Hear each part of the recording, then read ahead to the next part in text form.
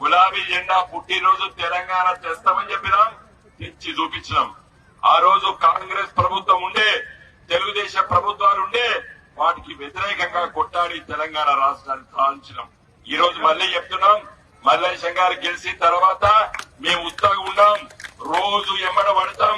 నేను ఈ రోజు గల్లీలో తిరిగితే అక్కడ ఆఖరికి మేము పోసినటువంటి రోడ్లు కూడా శుభ్రంగా ఉంచలేనటువంటి దయనీయమైనటువంటి పరిస్థితి ఇలా దాపరించింది. మున్సిపాలిటీస్కి కేసీఆర్ గారు ఆటో రిక్షాలు పెట్టిండు, శుభ్రంగా ఉంచాలని చెప్తే ఇలా ఆటో రిక్షాలు బట డీజీలు పోసేటువంటి పరిస్థితి కూడా ఇలా ఈ రేవంత్ రెడ్డి ప్రభుత్వం చేస్తలేదు. మున్సిపాలిటీస్ అయితే ఇలా అధ్వానంగా అయిపోయినా ఇలా కరీంనగర్ మున్సిపల్ కార్పొరేషన్ ఎన్నికల సందర్భంలో ఇలా నేను అలగునూరు ఘటించని చెప్తున్నా. కరీంనగర్ ప్రజలారా, మీరు శుభ్రత ఉండాలంటే మళ్లీ గులాబీ జెండాను గెలిపియాలి. ఎందుకంటే వచ్చే 2 నెలల పట వచ్చేది మళ్ళా కేసీఆర్ ముఖ్యమంత్రి కాబోతాడు.